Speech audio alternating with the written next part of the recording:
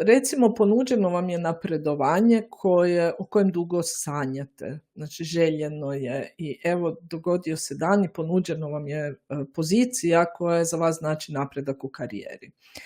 Međutim, ta pozicija sa sobom nosi drugačije životne navike, recimo da zahtijeva puno više putovanja ili rad izvan kuće, ako ste naviknuti raditi od kuće, dakle drugačiji su uvjeti i drugačije je vaše vrijeme organizirano, više ćete izbivati. I sad recimo da u isto to vrijeme vi imate relativno malu djecu koja su možda predškolske ili školske dobi i htjeli biste biti s njima, ne biste htjeli propustiti njihovo djetinjstvo, htjeli biste biti prisutni u njihovom životu i htjeli biste imati vrijeme s njima. I sad, što se događa kad mi ne vrednujemo cilj unaprijed?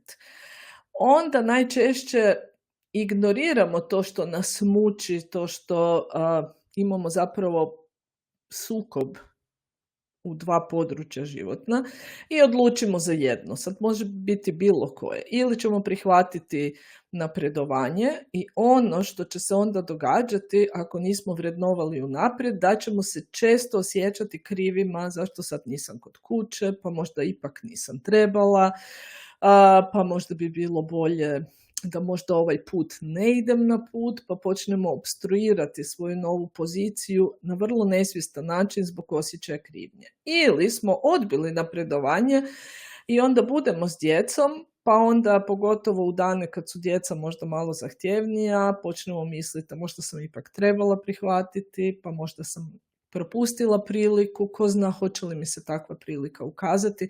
Drugim riječima, koju god odluku da donesemo, često imamo taj osjećaj krivnje i unutarnju borbu.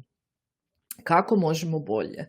Kad nam je ponuđeno napredovanje, kad definiramo taj cilj, unaprijed se pitamo koje su pozitivne i negativne posljedice, tu se vraćamo sad na definiranje ishoda. Što će to točno za mene značiti? I u plusu i u minusu. I pozitivni aspekti i negativni.